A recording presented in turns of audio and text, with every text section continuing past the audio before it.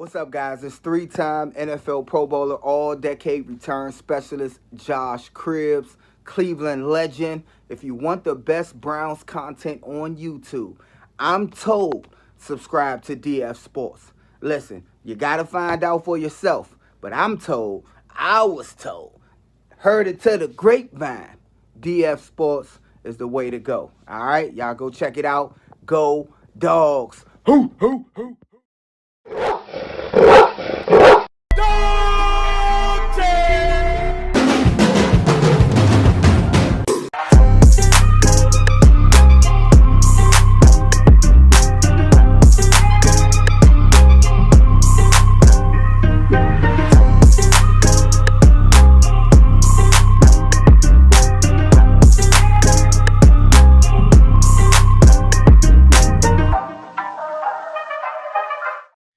Hello, everybody. Welcome back to the Dog Pound Pod. And boy, oh boy, do I have a special one for you guys today. Joining me today from the Brownie Postgame YouTube channel. This is my favorite Browns content channel on YouTube. And I don't say that for anybody. I know there's people who get a guest and they say, oh, this person's my favorite. And then the next week, no, this person. No, I put my stamp of approval.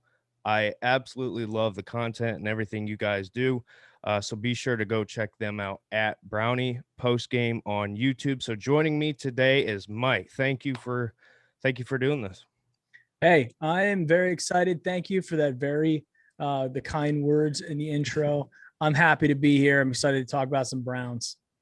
Yeah, so let's just get right into it. The biggest recent news, JJ Watt decides to sign with the Cardinals. I know we had pretty similar views on it. Didn't really quite understand it, but it is what it is. But my question is now, where do you see, or how do you see the Browns addressing that opposite defensive end position?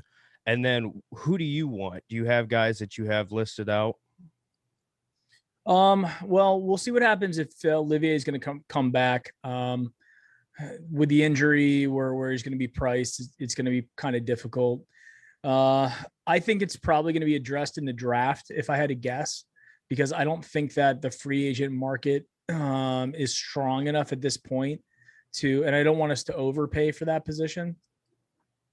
So it's really going to be something that we have to either address in the draft or just roll with what we have, which I don't think that's going to be the plan. I think this team is smart enough, the front office, I should say, to realize that we've got some glaring holes, especially on defense. And it goes all over the defense, really, with the exception of Miles and Denzel.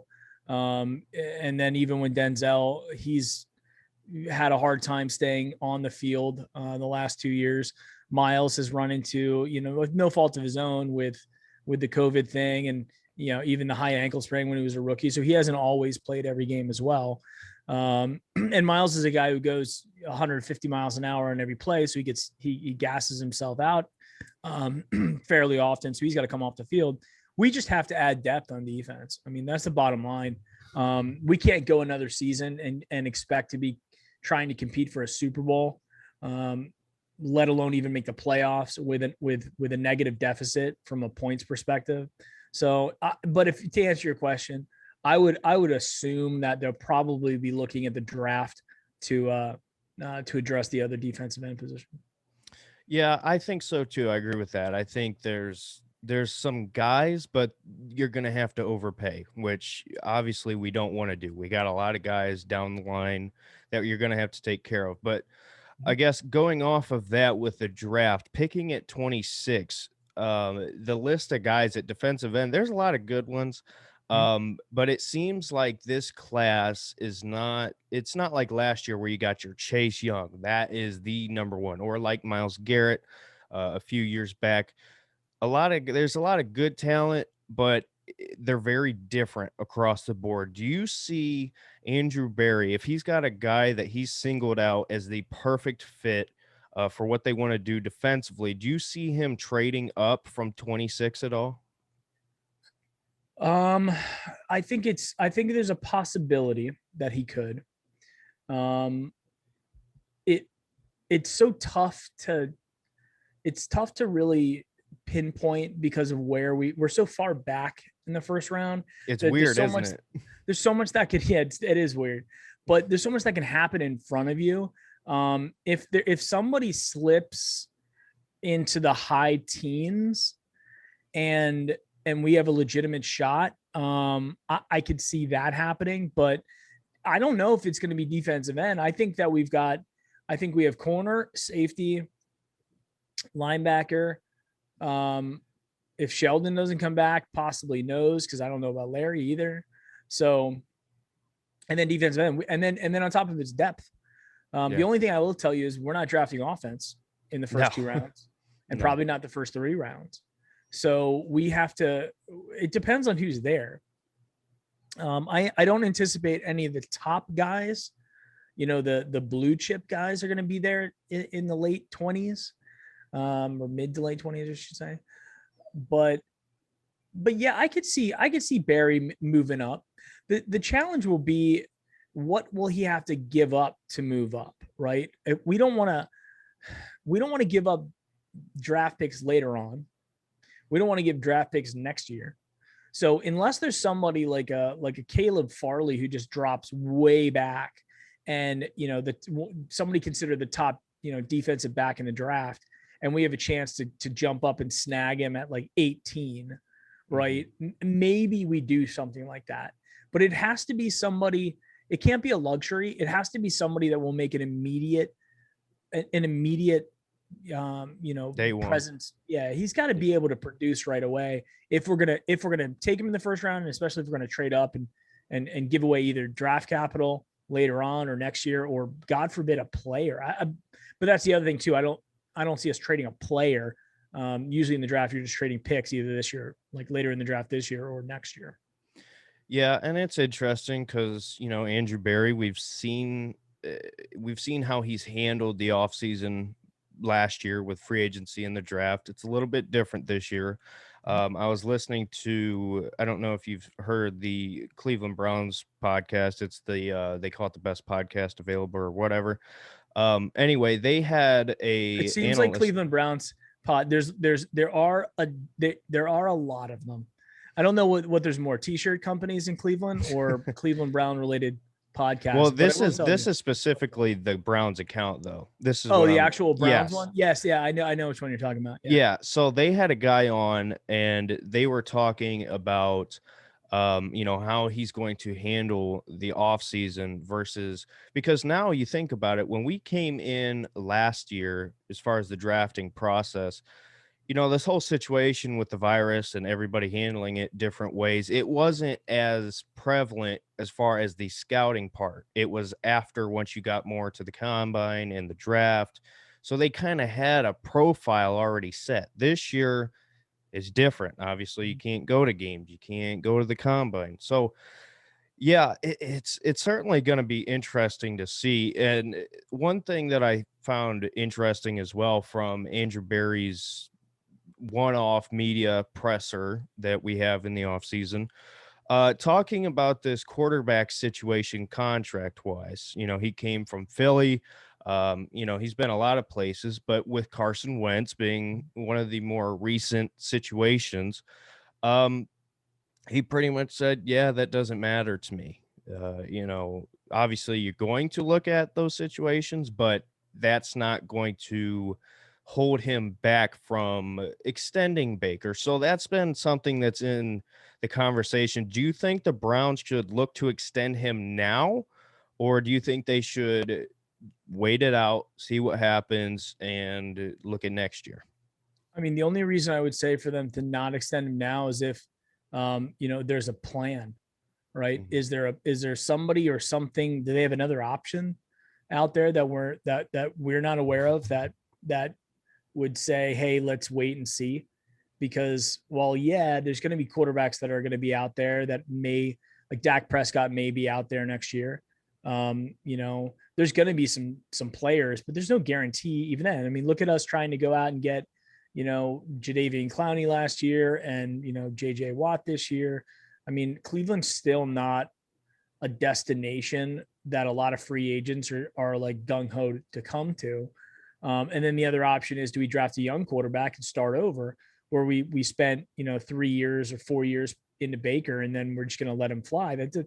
I think he's performed well enough that, having a franchise quarterback or at least stability at that quarterback position is it's something that, can make or break your franchise for decades. And, if you look at what's going on in the division specifically, you've got Roethlisberger, who's hanging on for another year. Barely. Lamar Jackson, who is yet to be determined if he can win during the regular season, but can he do anything in the playoffs? We haven't seen that yet. And then you got Joe Burrow, and hopefully he can come back from that catastrophic knee injury, but who knows, right? So I certainly don't want to see us get back into a situation where we have to go looking for another quarterback, because there's just, after 20 plus years of it, I don't care if Baker's not throwing 50 touchdowns. You don't have to do that for this team. With Kareem Hunt and Nick Chubb and this offensive line, we really shouldn't be a pass first offense. So I expect Baker to have at around 30 touchdowns next year, at around 10 interceptions next year, right? Because I don't see Stefanski changing the offense to make it super pass heavy where Baker's going to throw 50 times a game, right? I think the numbers have been out about him where when he throws less than 35 times, we end up winning more games than losing, right? So, but to answer your original question, do I think that we should extend him now? I can't think of a reason why we wouldn't want to do that. And I also don't think, I don't think Baker's the kind of guy that is just looking for a paycheck and then bail. He got paid as a rookie. He got his first overall guaranteed money signing bonus, which I think was like $22 million. He's been getting paid. He's got his TV commercials, Progressive and Hulu and all that stuff. Baker's making money. He's marketable. Not to mention the fact that, the jersey sales, he's the face of the franchise, right? For all intents and purposes, him and Miles, but really oftentimes the quarterback is, right? So I don't see the Browns moving from him. I don't see them now. I don't see them overpaying for him either. They can look at his level of production and go, look, this is where we see you're at. I don't think he's going to get, Kirk Cousins money. Not to say that Kirk ended up earning that by any means, but I just don't see the Browns overpaying for him. But I do see us making a long-term commitment to him. Yeah, I agree. And I think the biggest part of this whole Baker future situation is when you look at the season as a whole, it literally 180 turn. He started off, he looked flustered. Not that he didn't know what he was doing, because he did. When you played the position long enough, you know what you're doing, to some extent, at least from the muscle memory, but he just looked completely flustered and just, it's hard to even explain unless you actually see it. But the big thing there is this talk of how much of the turn in his production throughout the season was because of the absence of number 13 on the field. And this has been a big conversation amongst the Browns fan base. I know you've talked about it a lot. I've talked about it at times. But I think the thing here is, or at least my thoughts are, it's not debatable that he produced so much better after a certain point. That, to me, I think we can look at that film, we can look at the numbers, but the question is why? Why did all of a sudden it flip? And now you have people who are saying, well, it's the, being comfortable in the system. It's because of OBJ's presence. My thoughts are, I just think that he seemed more comfortable without him. I think there was a little bit of pressure there. Me personally, I would be willing to run it back and say, okay, you have calmed yourself down. We saw what you could do. Are you going to be this Baker? Can you stay this Baker with OBJ? Because you look at Buffalo and Stephon Diggs and Josh Allen are doing incredible things together. I see no reason why we couldn't have something similar within our system. So, what do you think? What's your thoughts on the cause of the rapid change in production, and do you think we can make it work? Yeah, I think there was a couple things. I think it's justified what people are saying. They're putting two and two together, whereas the Baker before Odell's injury and the Baker right after.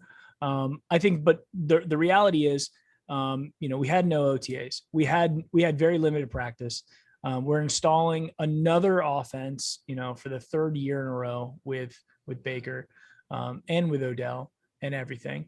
And I think that, um, if you really look at where we were in the season when his injury occurred, I don't think the whole team had kind of gelled yet. I really don't. And it took Jarvis so long to get going this year as well. So there were just so many things about that were very, that were just, it just took time to get comfortable, right? It was unfortunate that the injury happened with Odell when it did, but I do think we're a better team with him. I think that Odell had some time to sit and watch the games and go, hey, these guys are good. These guys are winning on their own. They're winning without me. And I know that I can add to that. I know that I can help them be better. At this stage in Odell's career, I don't see him being a guy who's going to catch 10 passes a game and light it up. He's not that guy anymore. Not to say that he's not, the athletic ability is not there or the talent's not there anymore. But if you look at it for what he has to play a role. Stephon Diggs and Josh Allen, the comparison is interesting, but they don't have anywhere near the weapons that we have on offense. Like, not even close. Like, Josh Allen has to go to Stephon Diggs. And if you looked at the playoffs where, when they got beat there, they shut down Stephon Diggs, really, and they put pressure on Josh Allen, and that's all she wrote. Right. With us, if they eliminate OBJ and take him out of the game plan, well, we've got like 6 other weapons that we can go to at any given time. Right. So I think Odell is going to have to fall into his role, which is going to be still our number one guy. He's by far our most athletic wide receiver that we have on the team. And we just have to see how that can work. I think I take Odell at his word that he is going to be happy if we win. If he gets 3 touchdowns and we win, he'll be ecstatic. If he gets 3 catches and we win and no touchdowns, I still think he'll be happy. Right. I think that's ultimately what he's all about at this stage. Yeah, I agree. I think it's an interesting situation because you have a certain, like I said, the film and the numbers on Baker. I mean, you can't deny that there was a rapid change, but the question of why is so interesting because both sides, I think, have legitimate arguments, whether if you 100% agree with OBJ and you want him here versus, hey, I think we can win without him. It's interesting. I think, as a coaching staff and a lot of things, people who talk about the Browns and do content about the Browns. And by the way, reminder, Brownie post game, go check them out. I like to do that in the middle because some people, they click on and off, listen at random times. So Absolutely. yeah, be sure go check them out. Plug away. Yeah. But so it's such an interesting situation. But I think another thing is this coaching staff, and it's exactly what Kevin Stefanski said and what Andrew Berry said. They're coming back for a second year. This is not us saying, all right, we're going to replace this coordinator or this coach and move everything around. Everybody's, we're staying together. Mhm. So instead of relearning, we can add on. And I think, these guys are smart. I mean, obviously we know the colleges they come from and whatnot, but just football smart. They know what they're doing. I think as fans, we just got to learn to trust them. So I think if they sit down with OBJ and say, hey, listen, we need you to fit into our offense and not our offense fit around you, I think it can work out. And I'm not saying that was OBJ's fault. I think it's just Cleveland has had so many so many years of just suck. I mean, it's reality. And when you have a star that's larger than life, the millions upon millions of followers, and people know OBJ, I think it was just kind of an overload of, oh crap, how do we keep him happy? What do we do? Where in New York, it's like, hey, this is us. We're New York. We're a big city. We got millions of people. We run our own thing here. You fit into us. I think that's a big part of it. I think Cleveland, as an organization, as a city, as a fan base, just it takes time to adjust to that. And we're getting to that level now. The more you win, you know, I often say, I don't think this is a one-off. I think this is it's the page is flipped. We're on a new chapter in Browns history. The rest is gone. We're on to this new era. And it's going to be fun to watch. And another thing, news that come out today, Greedy Williams announces that he's been cleared. I think it's a bigger deal than a lot of people give credit for. And shout out to Mary Kay. I often criticize her. I know people think we as fans criticize the media just to criticize. We don't. We actually want good content. But him announcing he's coming back, how big of a deal do you think that is, and how do you think that affects free agency and the draft? I think Greedy's going to have to prove it. I think I don't pencil him in as the guarantee at this point. And he's got nerve damage in a shoulder that, I mean, he didn't have feeling in his left arm, from what I understand, like half the damn year. Yeah. And that's great that he was cleared. But if you see pictures of Greedy, he looks like he's 130 pounds right now. He doesn't look like, an NFL player. He's always been a thin guy, right? And I think that I don't even think there's any guarantees that Greedy makes the team next year, right? I mean, I think there's some guys out there that are somewhat on the hot seat, not because, the talent doesn't exist. It's because either the production wasn't there or the injuries were there. And, there's some guys that are out there. Grant Delpit, we haven't seen him at all. Phillips, we'll see what happens with him. Mac Wilson, we'll see what happens with him. I mean, there's some guys out there that Twitter. Yeah, well, that too, right? Maturity. But I think that there's some guys out there that we saw last year, right? Or that we expected to have in the starting lineup, that this coaching staff has probably been like, okay, well, we'll give them a shot, but there's no guarantee that these guys are gonna continue to be here. Now, and that's tough to say with a team that won 11 regular season games and, had a 12th win in the playoffs. But we have to look at how we're going to get better, like you said, like adding to the team as opposed to, backfilling a hole, right? We need to get better, and getting better starts with analyzing the players that you have and determining what's going on. I think the draft, we have to go into the draft and next year, assuming that we had the same players in the last games of the season, right? And Greedy wasn't there. Yeah. So Greedy's got to come back and prove to this coaching staff, this isn't the coaching staff, that he started with. This isn't the coaching staff that drafted him, right? He's got to go out there and prove it to these guys. And I think I think that he's got some talent. I don't think he lit the world on fire as a rookie.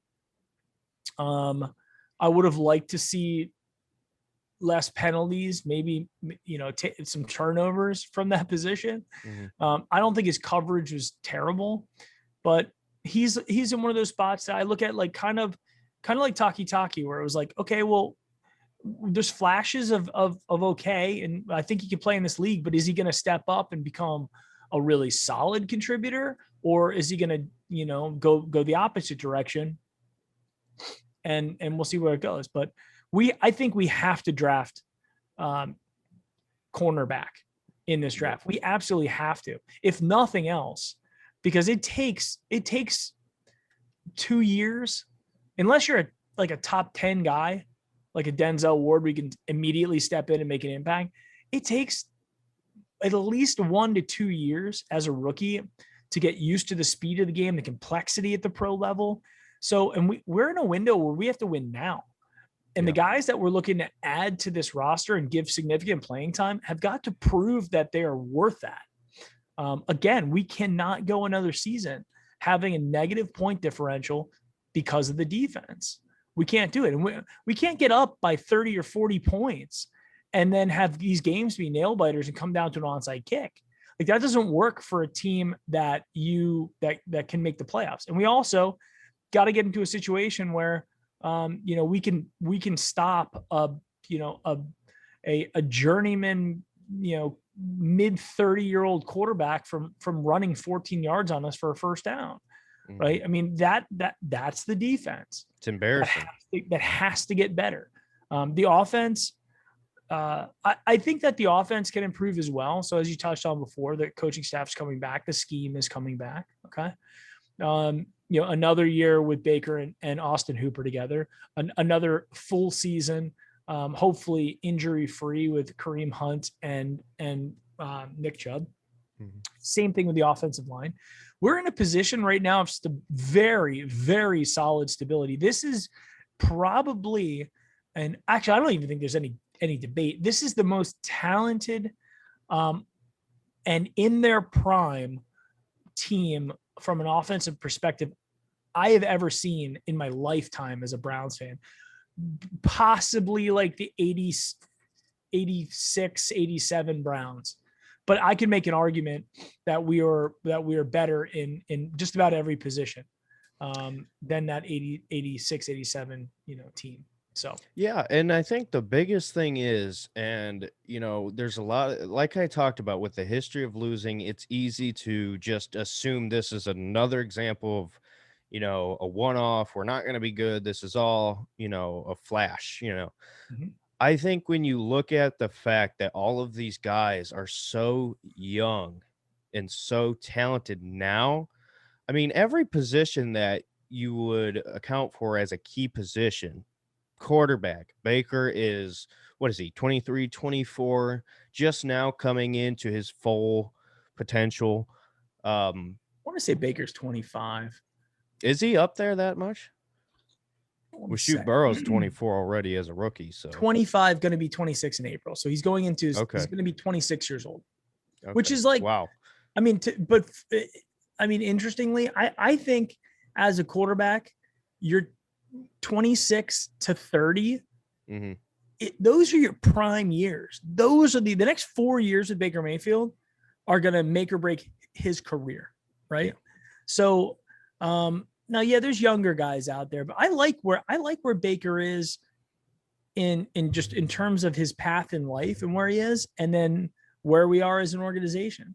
So, yeah, I've always been high on Baker. I remember draft night, and we'll stay on topic after this, but draft night, I was at work. My boss, big Browns fan, lifetime. I told him, I said, you know what? I said, I don't know if they'll do it, but I can tell you what they should. Baker Mayfield at number one. It'd be controversial. People would hate it.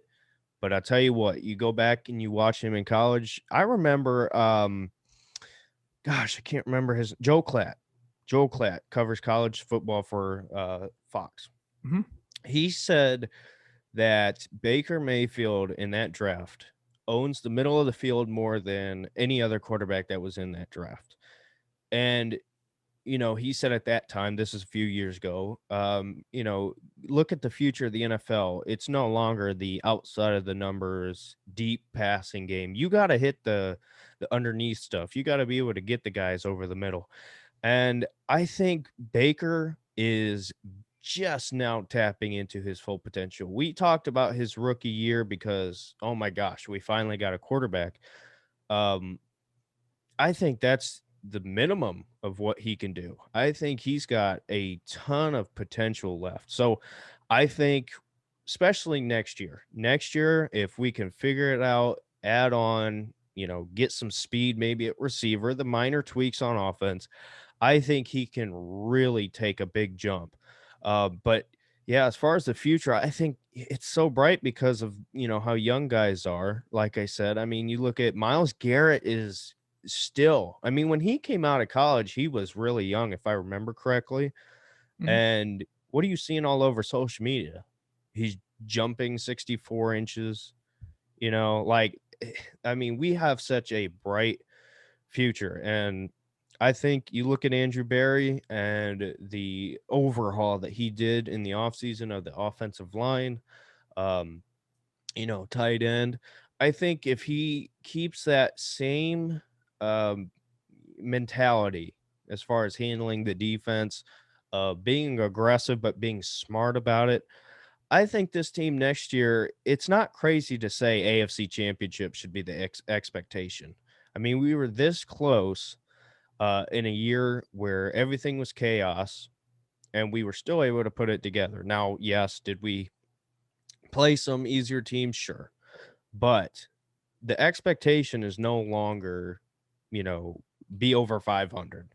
Mhm. We're here now. So it's going to be interesting to see how Andrew Berry handles the offseason. So as a Browns fan, you can't ask for much more. So Yeah, and I think for me, I want to start.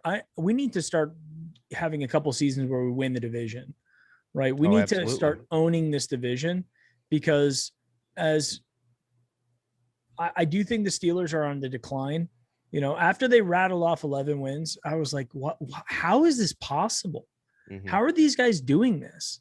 And they got a couple injuries at key positions, and then the gas tank ran out on Ben, and that was all she wrote, right? And so do I think next year, I think the Steelers next year could very well do the same thing and get off to a really hot start, because they have a lot of legacy coaches, a lot of legacy players at key positions. And if they're guys coming back from injury, so there's no reason to believe that the Steelers are just going to fall apart, right? So you could see them getting off to a hot start. The Ravens on the same way. The Ravens aren't really they haven't turned over their roster. And then you've got the Bengals, who are an up and coming team, and I don't think that they're going to be, a laughingstock team anymore. So this is going to be an extremely competitive division. Hopefully, what I'd like to see is not only playoffs, but playoff games in Cleveland. Mhm. Right? I How want to see. fun would that be? Oh, it'd be a blast. That'd be I mean, insane. that's what I want to see as the next step in the evolution of this current window. I guess you could say. You can't really say it's a rebuild anymore. We're built. We Mhm. made the playoffs. We won a game in the playoffs. We were a couple points away from going to the AFC Championship game, which I think would have been a very competitive AFC Championship game, and I think there's a very good possibility we could have won that game. Mhm. And if you have us at completely healthy with OBJ, who knows? Who knows what we could have done? I mean, the unfortunate thing was, no matter what would have happened last year, you still have the Buccaneers, who went on a tear, got hot at the right time, and played the Super Bowl in their home stadium, right? Mhm. I mean, with Tom Brady. I mean, it just, no matter what happens, like that's an uphill battle, right? It was set up for him perfectly. Yeah, it was ridiculous. So that's not going to happen next year. But I do think there's no reason why the Buccaneers aren't going to be a competitive team next year as well. So yeah, we have to win the division. We got to start putting together a series of positive seasons. There's a lot of teams out there that can rattle off 10, 11 wins and then start collapsing the next year. Look at us back in 2007, 2008. I thought we had the foundation to start building upon and start rattling off 10 plus wins. And we just we spiked, and then we dropped back down for another, 13 years. Right. Yeah. So I think that there's something going on in Cleveland right now between the front office, having smart people there, the Haslams getting out of the way, the coaching staff, everybody seemingly being on the same page. The player personnel is really solid, at least on one side of the ball. I think we have to figure out the kicking position. I honestly, we got to figure out the punting position as well. But our special teams needs to that's yet to be determined. and our defense. That's it. If we can hold teams under 20 points and make our kicks, I think we're going to win a lot of games. Yeah, absolutely. And I appreciate your time. Last question quickly before we go. I know you're a big uniform guy. You love the jerseys like I love them. It's our history.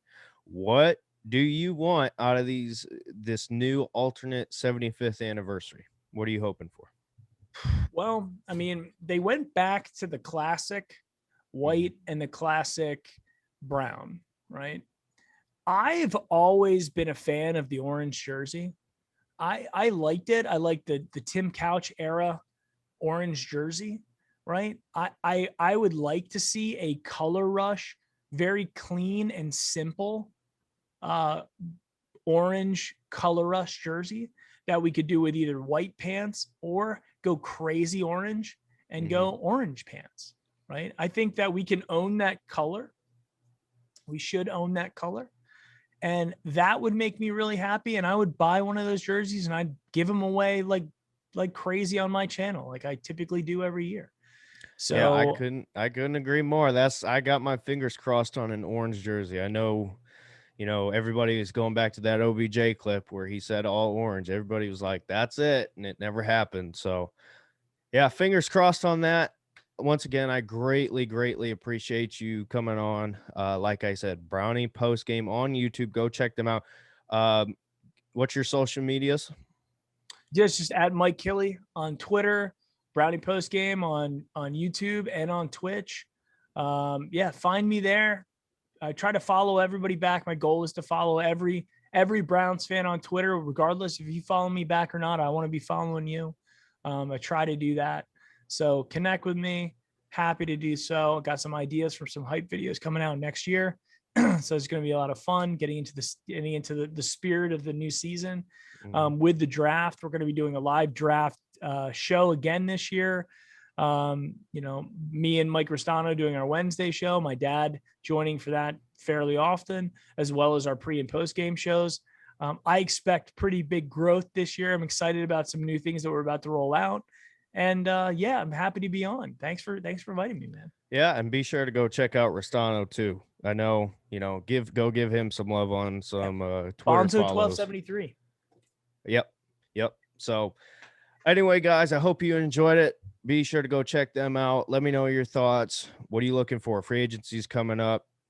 Drafts obviously coming up. We're getting into that.